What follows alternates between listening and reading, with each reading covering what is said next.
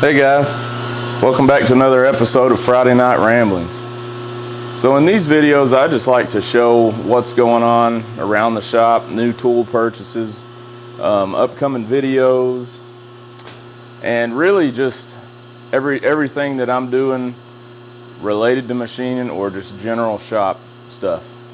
So I've got some new tools here. I've got a new video camera and a microphone. Got the Rode Wireless Go 2 microphone, and it's a Sony, it's a 4K camcorder that I picked up on eBay.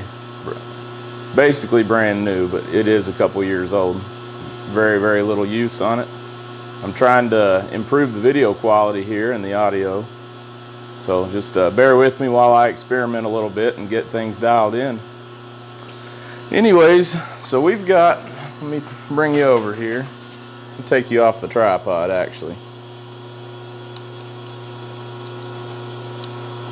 Okay, so we got us some tool steel in today. This is actually 2" by 2", 16½, real big chunk of tool steel. I'll show you what that's going to be used for. So we've got some Parker jaws that you're going to be seeing in an upcoming video series pretty soon. These are not your typical set of jaws. They made them with this very weird angle that I can't machine in my shop. But I'm working with somebody on getting some of these made for my customer, and they're going to be made on a shaper.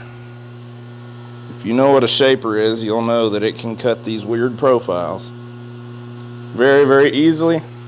I'm going to cut this right now and let you guys come with me. We'll cut it and we'll get it all measured out here.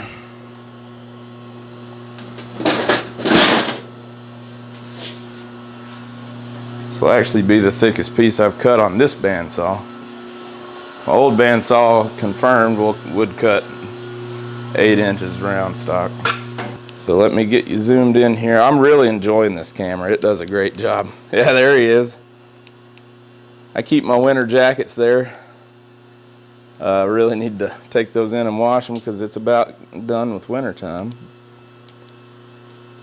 But here, I'm going to sit you where you can possibly see. Something like that. Yeah, I'm really liking this video camera. I think it's going to be great. So we need to cut off. We got 16½ is what we ordered. And they give you about 5/8 to spare. And that's right at 2 by 2. Those jaws are going to need to, they're about a 1.8" by 1.8" is the square if you draw a square around them. So this was as close as I could get. And we are actually going to cut it. What is that? 16½, 8¼ Yeah, I need to level or shim this up a little bit. So there's 8¼ Gives us plenty of room to work with. Those jaws, let me double check them real quick. Move, shop cat. Let me double check them real quick. I do believe they're exactly 8 inches. Just gonna tape measure them here. Yeah, right at 8. So we're cutting them 8¼ Double check that. It's 8 3/8 that way, 8¼ the other. Yep.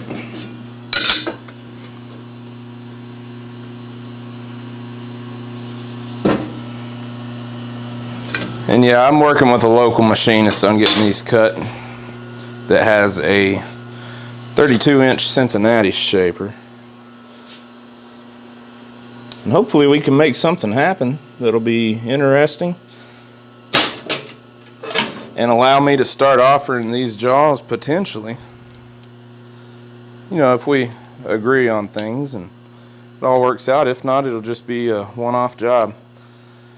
The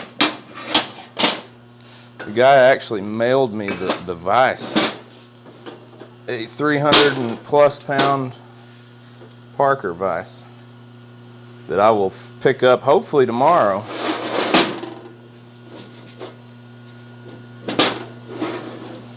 Sorry, hopefully Monday. But you will see it when I do.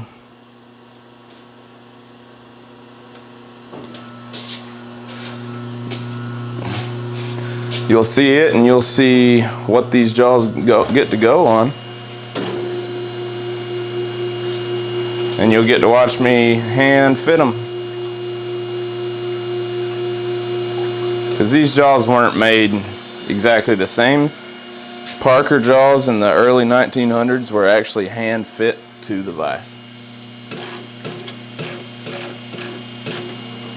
See, I'm not sure what's going on here. It doesn't want to downfeed all the way.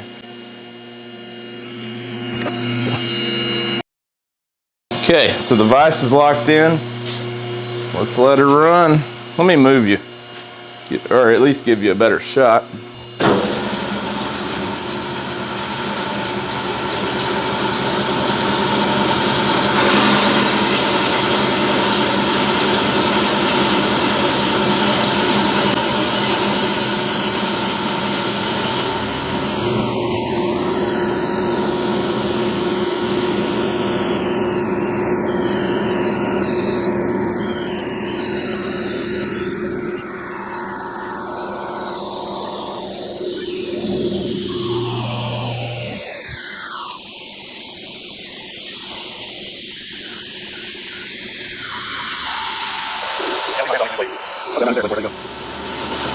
And I've tried increasing the downfeed pressure. It just doesn't seem to do anything. So I think I need to take a look at those valves on it.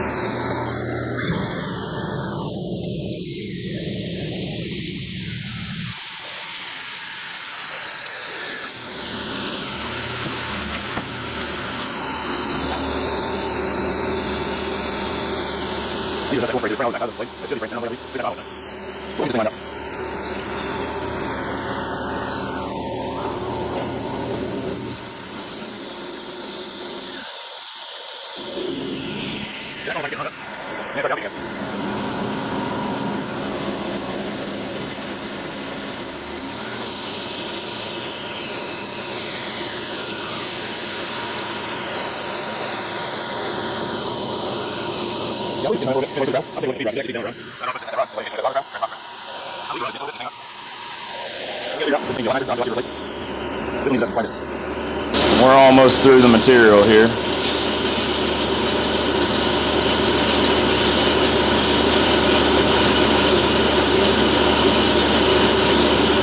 And there it is, we're through.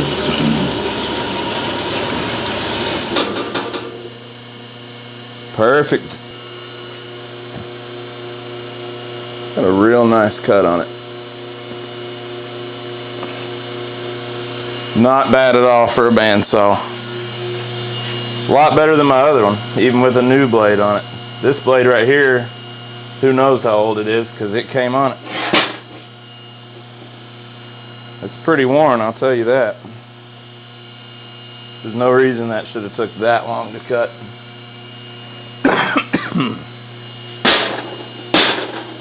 All right.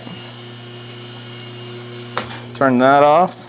I picked up, well, my uncle did in North Carolina, a sky hook, sorry. If you guys are familiar with lathe work, you've probably experienced one of these mounted in a tool holder. These are really nice for picking up your giant chucks. So that's going to be a really nice addition right there. I think this is a 750 pound, might be a 500. I'll have to look at it a little closer. Yeah, not sure. But anyway, here's a little pipe vise that I got. Picked that up. It's a Toledo. We're gonna fix that up.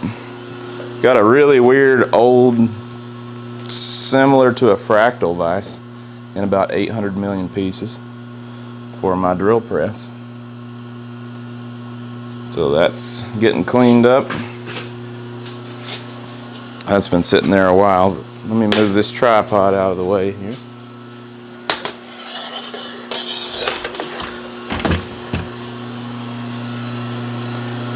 And this tripod that I'm using is actually the tripod my parents used to film me when I was a kid with one of those VHS camcorders. I've had it in the back of my truck meaning to drop it in a dumpster somewhere for a year now, and I haven't.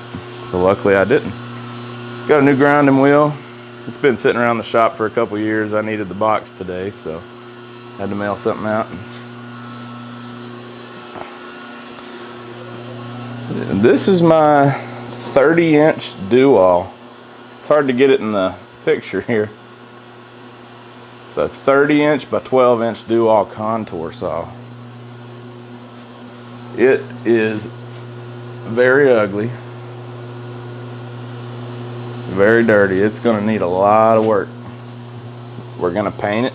I don't know if it works yet. If it doesn't, at least all the belts are there. We'll swap the motor out, no problem, because I've got another motor for it. There's a spare pump for my compressor. I don't know if you've ever seen that on a die lift cart.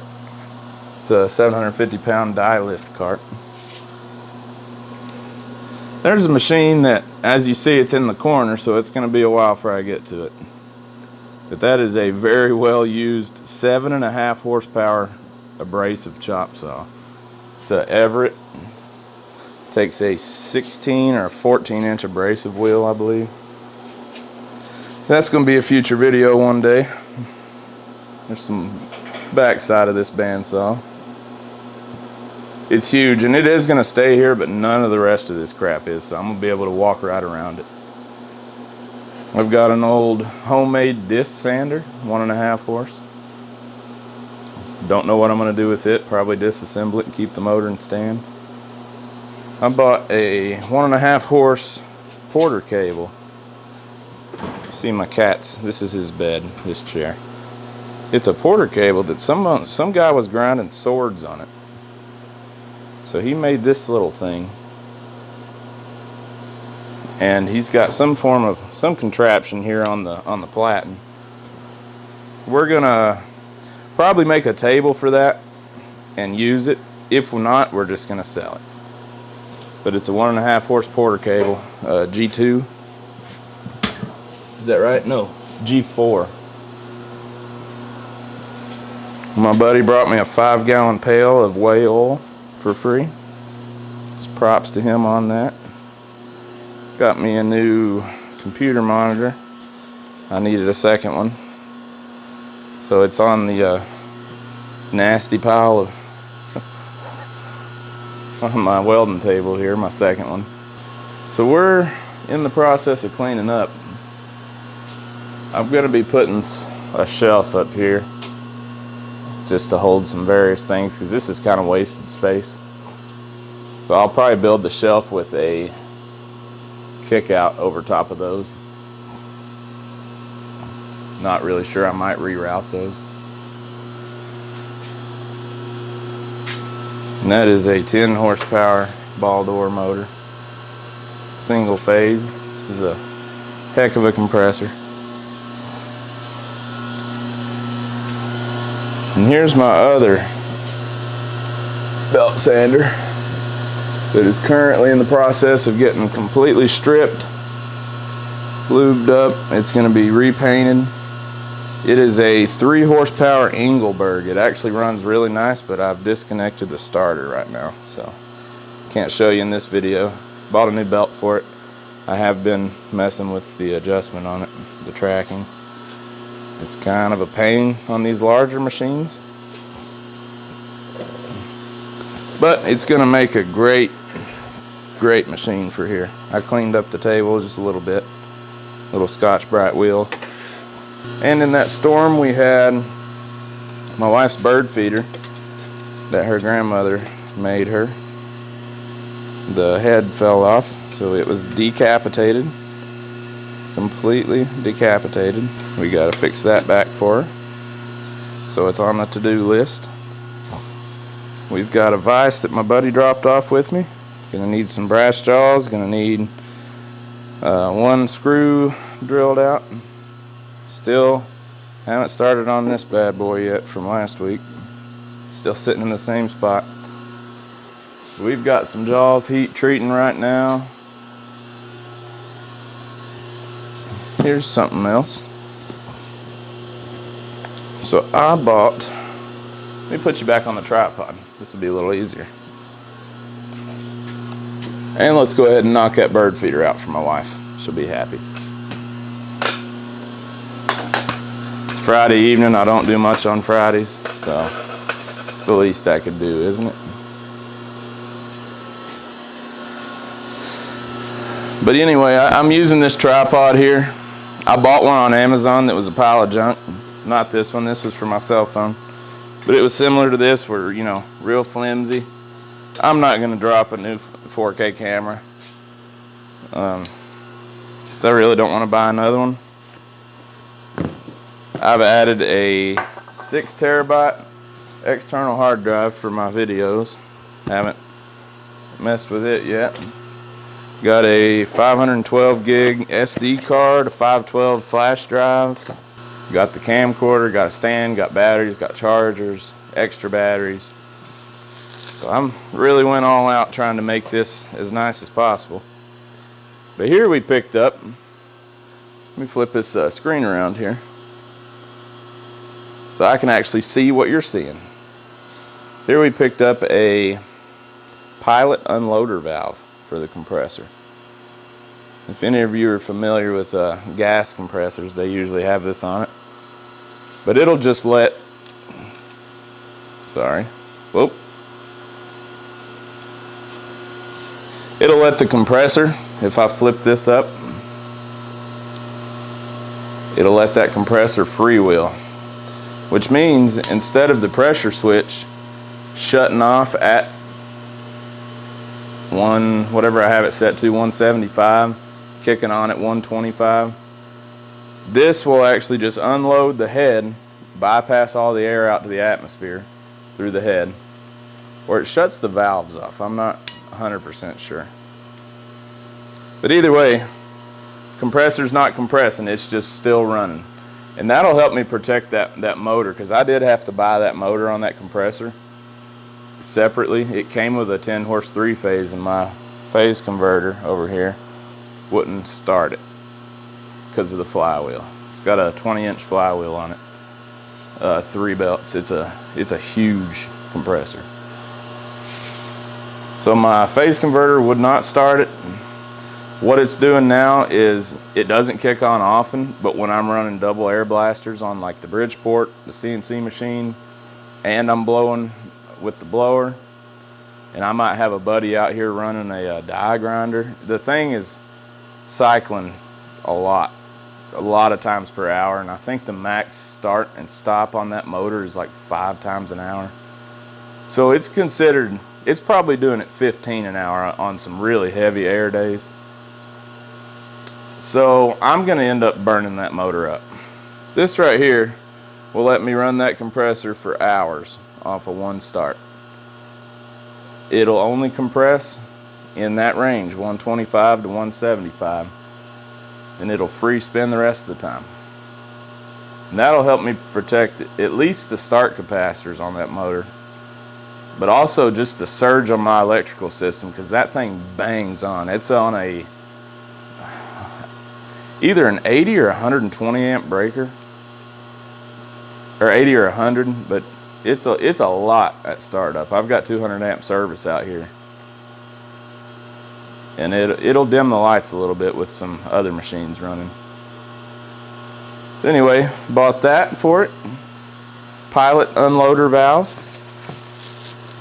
Gonna install it, probably do a video because I've got another compressor thing to show you. I'm gonna do them both at the same time because we are smart, but not smart enough to know where the other piece is. Yes, found it. One moment. Zoom.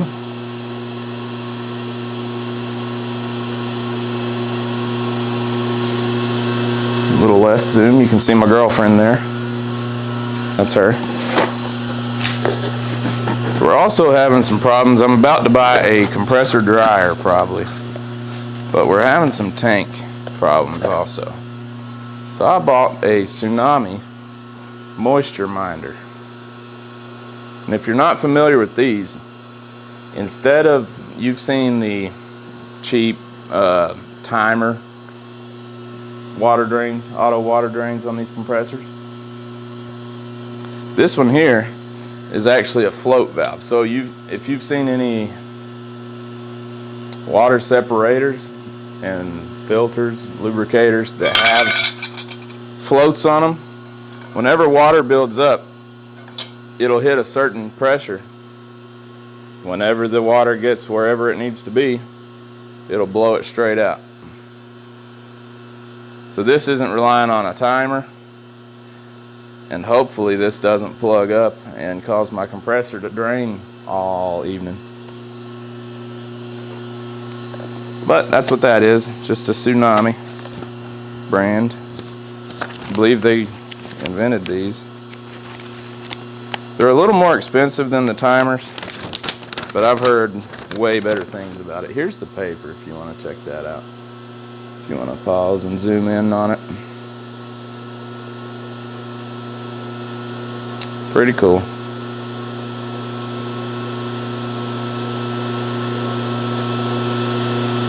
Pretty cool.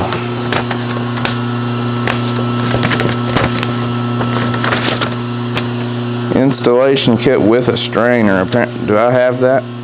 No. I don't have the install kit. That's what I get for buying stuff on eBay. It looks like I'm gonna have to buy something else for it. Anyway, that'll be a future way down the road video. Grab my knife here.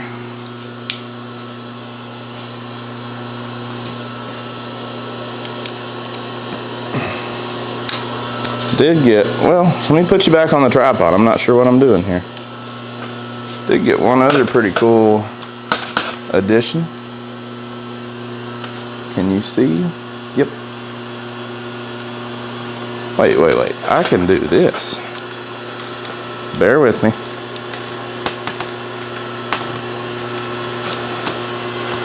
I can lower you down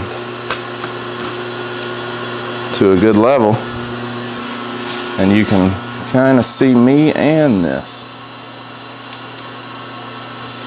Let's put the head back on that bird feeder. If I can find my drill here, my impact. There it is. You saw it. I didn't. So we're just gonna run some simple screws in it. So it'll take like half a second once I get back over there. Feel free to fast forward if you're not a wood person.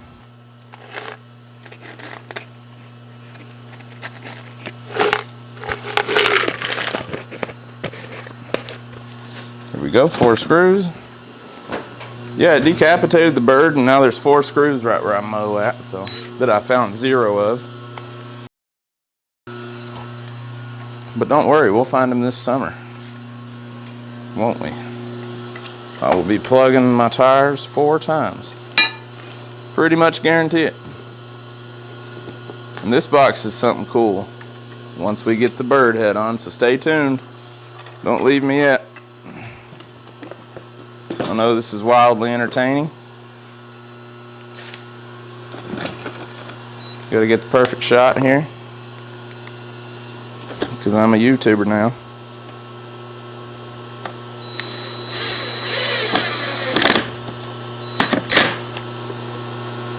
Cool.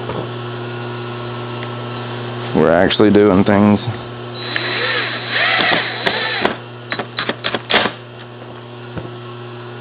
I hope this isn't too many screws or we split it or something.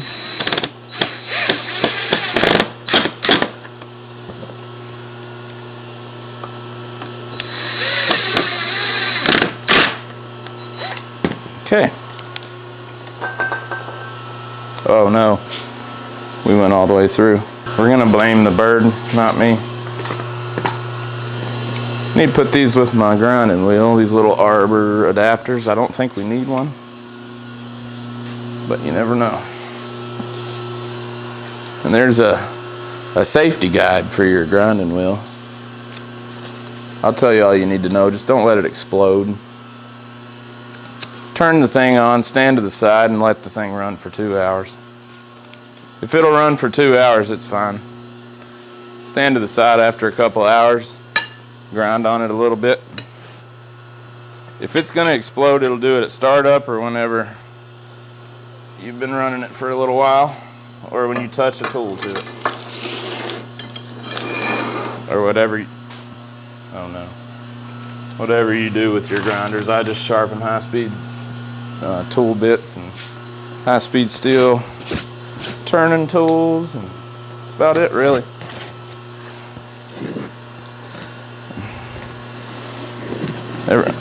Every now and then I'll use it for something random. I did have that belt grinder to where I could kick it on, but I started screwing with it today. Now I regret it because I'll probably have to temporarily wire it back up. I've already needed it since I started messing with it. And we made do with a flap disc. Never cut towards yourself. Something I was always taught. Like to ignore. What's holding us? Oh, there's a strap. Okay. And we stabbed into it.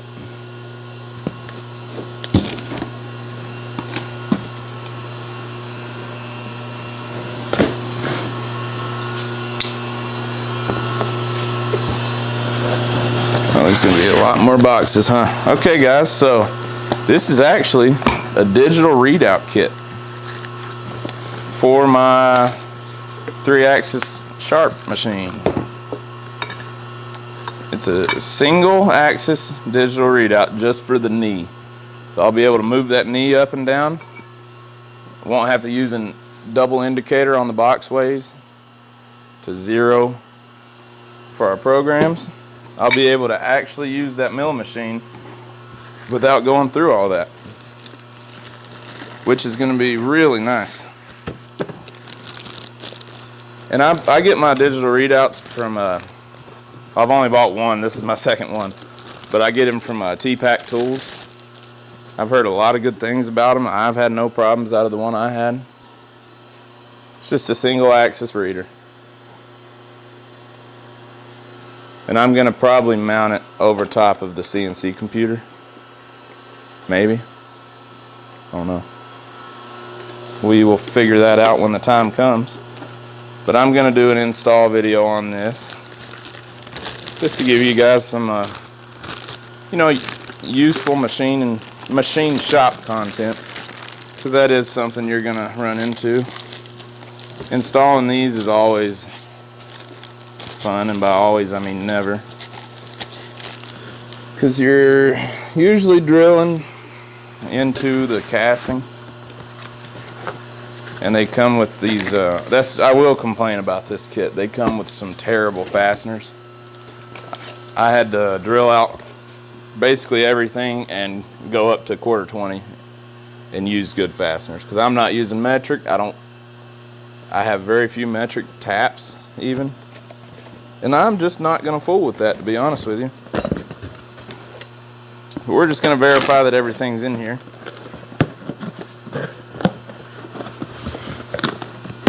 Everything we need. Yep, more brackets. Like reader head brackets. Did this come out of here?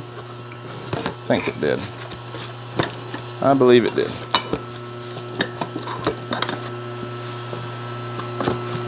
Okay.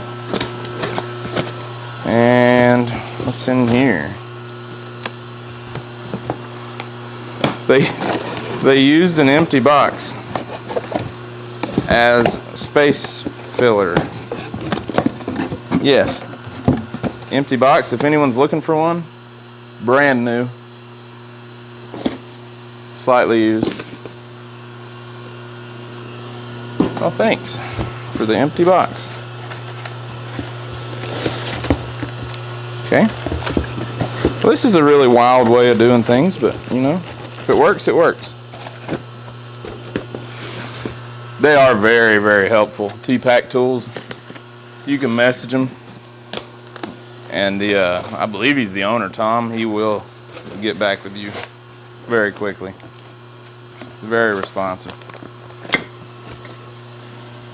Yep, so one scale, one reader, the scale mount, and the little cheapo scale cover. Cool.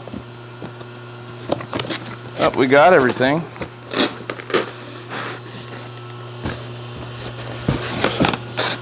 And we're going to be installing it hopefully in the near future. I've got an ever-growing list of jobs to finish up. I'm going to put this back in there. I see why they did it now. Really snugs the entire box up.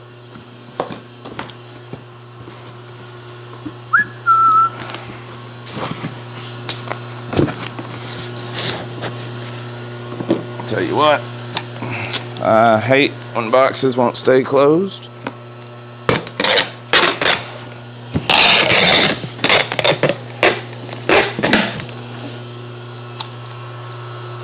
I bent my teeth.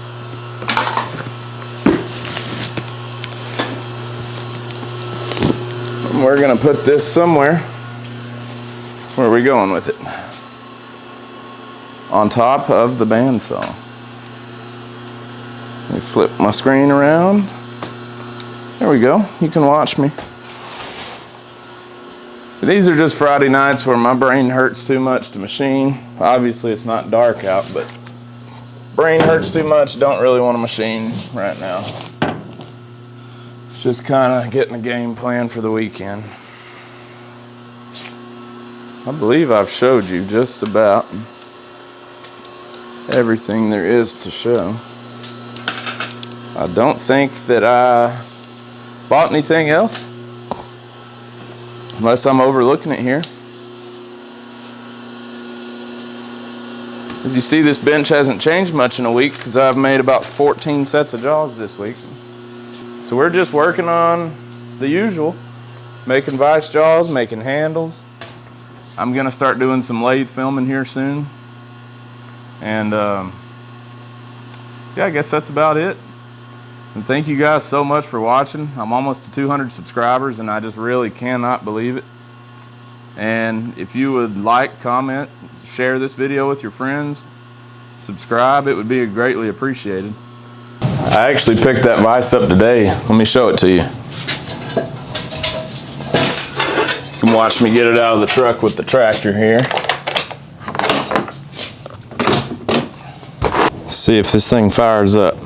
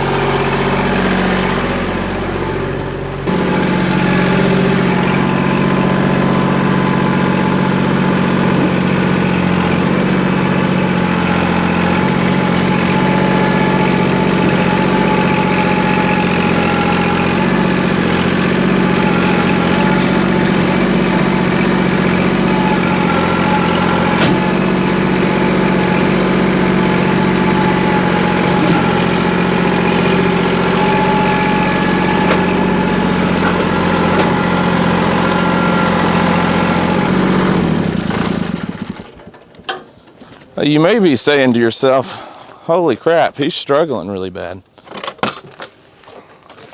Well, it's because I was. One of the forks on that tractor, I bent it a couple weeks ago in a forking accident.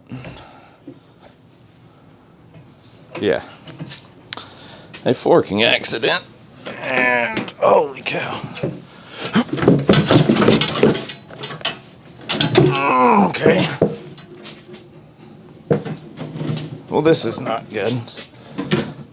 I should have just moved my wife's car, because this is not fun. Okay. All right. See what we're gonna do here. That's this.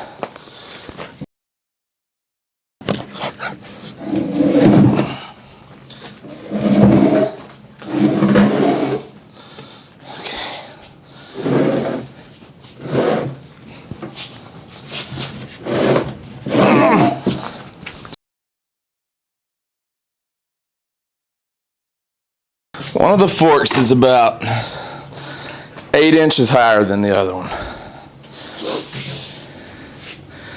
So I got hung up on the tailgate.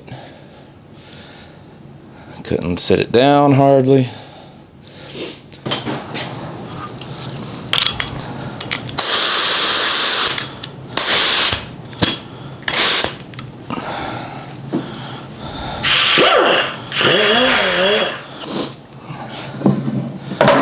All right, boys and girls, safety squints.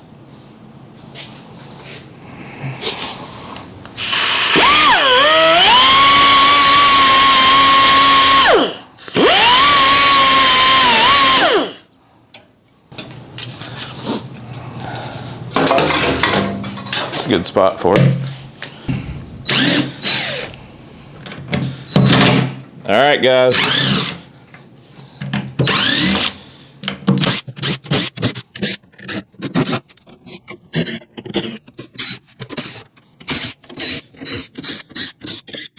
We just picked this up from Fastenal. This is not mine, it's a customer's. I showed you the 8-inch Parker jaws at the beginning of this video. They will be going on this monster of a vise. See that? It's huge. Huge, about 350 pounds.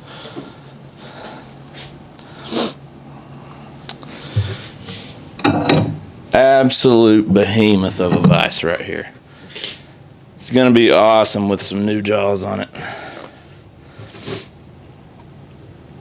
Really is gonna be incredible to see. Because this is not something you get to see every day. It's really something else. And we're going to get it out of here and sit it on the bench when I have another person here to help me, or I want to dig something out. But for now, it looks like my cat's just going to sleep in it. He weighs about 20 pounds, so if you picture a 20-pound cat, that's how big this vise is. It is massive. We're talking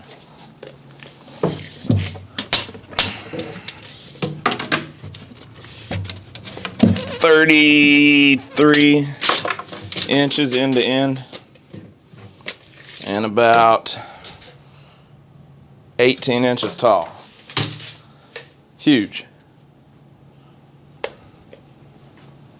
I'm gonna snap a picture. Oh, wait. Oh man. It's okay, I got you on camera, you old cat. But there it is, guys. So we're working with a local machinist, about 45 minutes, an hour from me. And he's gonna cut that inner profile on his shaper. There it is. I didn't think it'd make it onto this Friday Night Ramblings video, but it is here and it made it in one piece. If you need anything shipped East Coast, Fastenal. Use Fastenal through Blue Lane Freight. Excellent to work with. That came from Wisconsin from a customer. 350 pounds in a crate. You get full insurance on it if it's crated. You can ship them uninsured, just bolted to a pallet. He paid $132 to ship this to me. You're not gonna find that anywhere else. Extremely, extremely cheap, but they only do coast. So they've got West Coast and they've got East Coast, that's it. They won't intermingle between the coasts. Well, That being said, guys, ow, you have a tick. With that being said, I really appreciate everybody watching, everybody subscribing. Slip joint pliers, I already talked about them. Hold your head still. We're gonna get that big thing off of you. And now we crush it to death. That being said, me and Ozzy are checking out. He is clawing the crap out of me. He's kind of like a feral cat, but he's also a baby. Thanks for watching, guys. Catch you later.